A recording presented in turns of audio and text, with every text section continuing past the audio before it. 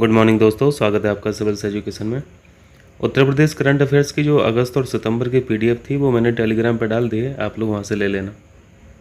और जनवरी से लेकर जो जुलाई तक की पीडीएफ थी वो सारी टेलीग्राम पे है, आप पिंड मैसेज पे क्लिक करना तो वहाँ पर सारी दिख जाएंगी। ठीक है, चलिए करंट अफेयर्स कर लेते हैं। 26, 27 और 28 सितंबर के इंपॉर्टेंट लेक्चर है, देखिएगा, काफ़ी हेल्प मिलेगी। पहला टॉपिक है करी पानी और बुधरा गाँव। इसके बारे में देखते हैं ये क्यों चर्चा में है। देखिए, बीते महीने 9 अगस्त को आदिवासी दिवस के रूप में मनाया गया। इसी दिन छत्तीसगढ़ सरकार ने क्या किया, वहाँ का एक प्रोटेक्टेड एरिया है जिसका नाम है कांगेर घाटी नेशनल पार्क। इस प्रोटेक्टेड एरिया में काफ़ी आदिवासी समूह निवास करते हैं। इन्हीं आदिवासी समूह को उनके सामुदायिक वन संसाधन अधिकार यानी CFRR, ये बहुत इम्पोर्टेंट टॉपिक होते हैं। छत्तीसगढ़ सरकार ने आदिवासी समूह को CFRR यहाँ पे प्रदान किए। तो यहाँ पे 9 अगस्त को कुछ आदिवासी समूह को ये अधिकार दिए गए, लेकिन उसी संरक्षित क्षेत्र के पास करीपानी और बुधरा गांव के जो आदिवासी समूह थे इनको ये अधिकार नहीं दिए। इसी के चलते इन दोनों गांव ने यानी करीपानी और बुधरा गांव ने अपने अधिकारों को सुरक्षित करने के उद्देश्य से 100 एकड़ पर वनीकरण अभियान चलाया। इस वनीकरण अभियान के कारण ये करीपानी और बुधरा गांव न्यूज में है। तो आपको ध्यान रखना है कि अभी हाल ही में वनीकरण अभियान किसके द्वारा चलाया गया, तो आप याद रखना ये आदिवासी समूह के द्वारा चलाया गया और छत्तीसगढ़ राज्य में चलाया गया। अब हम लोग समझते हैं आदिवासी समूह को लेके ये जो राइट्स दिए जाते हैं इनका कानूनी प्रोविज़न क्या है। आपने एक एक्ट अच्छे से पढ़ रखा होगा, PCS में हज़ारों बार पूछा गया है। इसे बोलते हैं वन अधिकार अधिनियम 2006। और इसी अधिनियम को FRA अधिनियम को अनुसूचित जनजाति और अन्य पारंपरिक वन निवासी वन अधिकारों की मान्यता अधिनियम 2006 भी बोला जाता है। आपने इस नाम से पूर्वालोकन में क्वेश्चन किए होंगे, तो ध्यान रखना यही अधिनियम है जो ऐसे आदिवासी समूह को उनके अधिकार दिलाता है। इस एक्ट के तहत आदिवासी समूह को अधिकार दिए गए हैं। यहाँ पर देखिए, अगर किसी समुदाय को CFRR प्राप्त हो जाते हैं तब उस क्षेत्र के फॉरेस्ट में वन विभाग का कोई भी रोल नहीं रहता है। ठीक है, वो पूरा का पूरा कंट्रोल जो है वो ग्राम सभा के पास आ जाता है। और इसी अधिनियम के द्वारा गैर लकड़ी उत्पाद जो होते हैं उस वन क्षेत्र में इन पर भी इनका अधिकार हो जाता है, क्योंकि इसी से इनकी स्थायी आजीविका चलती है। जो भी उत्पाद जंगलों से इकट्ठा करते हैं वो आसपास के गांव में ये बेच के अपनी आजीविका चलाते हैं। तो ये सब बातें आपको FRA 2006 के बारे में याद रखना है। ठीक है, मैचिंग में पूछा जाता है, ईयर भी कई बार पूछा है, 2006 का एक्ट है। तो यहाँ पे इसी के साथ छत्तीसगढ़ दूसरा राज्य बन गया जिसने कांगेर घाटी नेशनल पार्क के अंदर CFRR अधिकारों की मान्यता दी। CFRR यानी कम्युनिटी फॉरेस्ट राइट जो है। और इसके बारे में अभी आपने देखा, छत्तीसगढ़ दूसरा राज्य बना है जिसने CFRR प्रोवाइड कराया। और पहला राज्य कौन था? उड़ीसा, पहला राज्य जिसने CFR को मान्यता दी थी। ठीक है, इतना समझ में आया। यहाँ पे 2-3 बातें और देख लीजिए इस एक्ट के बारे में। ये अधिकार ऐसे आदिवासियों को दिए जाते हैं जो पीढ़ियों से जंगलों में निवास कर रहे हैं, जो मेन स्ट्रीम से बहुत दूर हैं, मुख्य धारा से बहुत दूर हैं, उनको बाहरी दुनिया से कोई भी मतलब नहीं है। तो इन्हीं व्यक्तियों का संरक्षण इस एक्ट के द्वारा दिया जाता है। इस एक्ट में व्यक्तिगत वन अधिकार प्रोवाइड करने की भी बात की गई है और कम्युनिटी लेवल पर भी अधिकार दिए जाने की बात की गई है। हो जाएगा, अब कर लेंगे। चलिए दूसरा टॉपिक पढ़िए जल्दी से। G4 ग्रुप A क्या है? ये चारों देश यूनाइटेड नेशंस सिक्योरिटी काउंसिल में परमानेंट मेंबर बनने के पक्के दावेदार हैं। अभी रिसेंट में सेशन हुआ UNGA का, यूनाइटेड नेशंस जनरल असेंबली का। इस सेशन में G4 देशों ने बोला है कि UNSC में सुधार करना चाहिए, सुधार की आवश्यकता है। और ये जिस सुधार की बात कर रहे हैं ये सुधार क्या है? आपको पता है सिक्योरिटी काउंसिल में टोटल मेंबर कितने हैं? 15, जिसमें से 10 नॉन परमानेंट हैं, 5 परमानेंट हैं। यानी ये जो 5 देश बैठे हैं, केवल जो 5 देश बैठे हैं, ये पूरी दुनिया को रिप्रेजेंट कर रहे हैं। तो ये चीज़ कहीं से तर्कसंगत नहीं लगती है। तो यहाँ पे ये 4 देश चाह रहे हैं कि ये जो 5 परमानेंट मेंबर हैं इनकी संख्या बढ़नी चाहिए। तो लाइन में लगे हैं, आज नहीं तो कल बन ही जाएंगे। ये 4 देश कौन कौन से हैं? ब्राज़ील, जर्मनी, भारत और जापान। जैसे क्वाड समूह में पूछता रहता है कौन कौन से देश हैं, ऐसे G4 में भी पूछा जा सकता है। सिक्योरिटी काउंसिल में स्थायी सदस्य के दावेदार हैं, एक दूसरे का ये समर्थन करते हैं।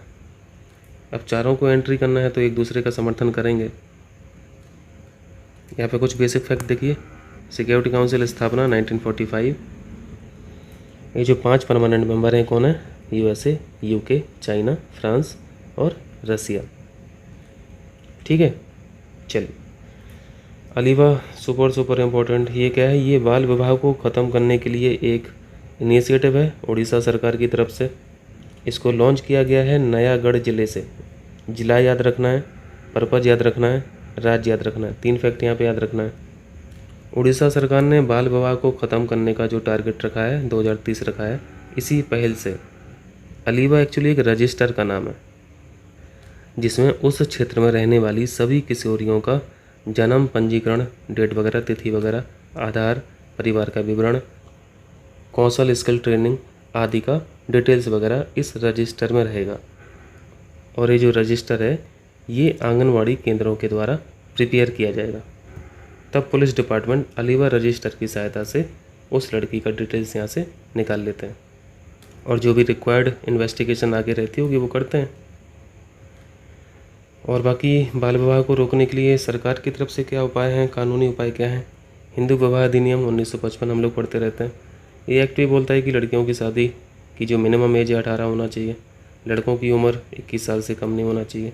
इस्लाम में अगर नाबालिग की शादी होती है तो वो इसको वैलिड मानते हैं, वैध माना जाता है वहाँ पे। एक स्पेशल मैरिज एक्ट भी है 1954 का।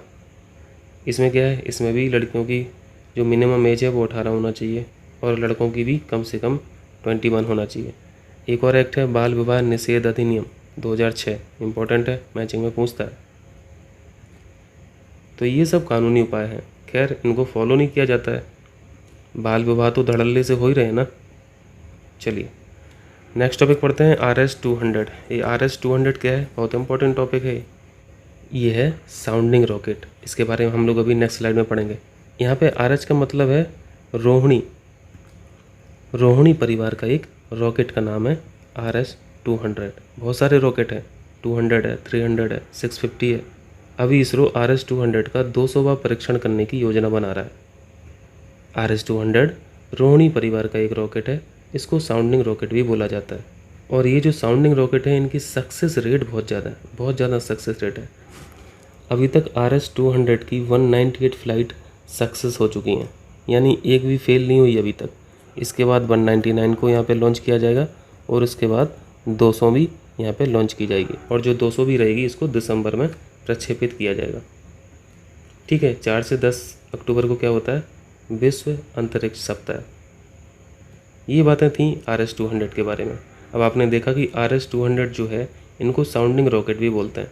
तो यहाँ पे देखते हैं साउंडिंग रॉकेट क्या होता है। साउंडिंग रॉकेट को ऊपरी वायुमंडल क्षेत्रों की जांच करने के लिए लॉन्च किया जाता है, प्रक्षेपित किया जाता है। हाई एल्टीट्यूड वेरिएशन को मेजर करने के लिए इनको भेजा जाता है।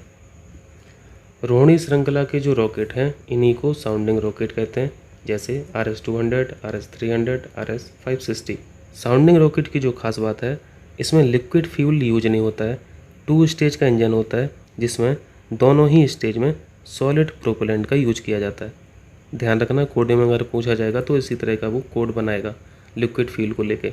और इसकी दूसरी विशेषता है, ये जो रॉकेट रहते हैं, रॉकेट का आधा हिस्सा ये मोटर रहता है, ये मोटर है, और ऊपर जो भेजना होता है आपको, यानी इसको बोलते हैं पेलोड। तो ये रॉकेट ऊपरी वायुमंडल में जाके इस पेलोड को वहाँ पे छोड़ देता है और बाकी ये जो मोटर वाला हिस्सा है ये वापस अर्थ पे आ जाता है, पृथ्वी की सतह पे वापस आ जाता है।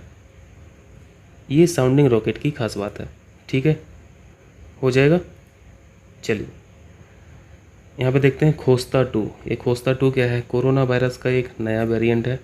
रशियन बैट्स यानी रूसी चमगादड़ों में इसको अभी रिसेंटली पाया गया और इसको कहाँ पे फाइंड किया गया है? सोची नेशनल पार्क में। सोची नेशनल पार्क कहाँ पे है? रसिया में।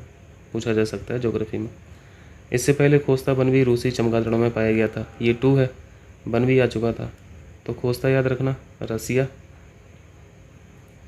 यहाँ देखिए, वर्ल्ड टूरिज्म डे, पर्यटन को बढ़ावा देना, प्रमोशन करना इसका ऑब्जेक्टिव है। 27 सितंबर को ऑब्जर्व किया जाता है।